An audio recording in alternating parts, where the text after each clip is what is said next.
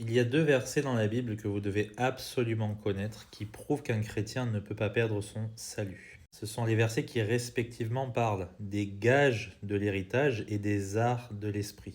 Je vais vous les lire. Donc, pour ceux qui ont entendu et cru en l'évangile de la vérité, ils ont été scellés du Saint-Esprit qui avait été promis, lequel, le Saint-Esprit, est un gage de notre héritage pour la rédemption de ce que Dieu s'est acquis à la louange de sa gloire. La rédemption, c'est le jour du rachat définitif quand Christ il vient nous chercher. En 2 Corinthiens 1, nous pouvons lire aussi que celui qui nous a affermis avec vous en Christ, c'est Dieu, qui nous a oints et qui nous a aussi marqués d'un sceau, vous voyez, c'est la même chose, et a mis dans nos cœurs les arts de l'esprit. Maintenant, soyez très attentifs, puisque le terme qui est utilisé en grec pour gage et art, qui est le même, c'est arabon. C'est un terme commercial qui signifie un acompte, une certaine somme d'argent qu'on verse en avance, une garantie. D'accord? C'est le premier versement avant de recevoir la totalité. Donc, c'est pas une possibilité, c'est pas une intention qui est vague, c'est un engagement qui est légal de la part de Dieu.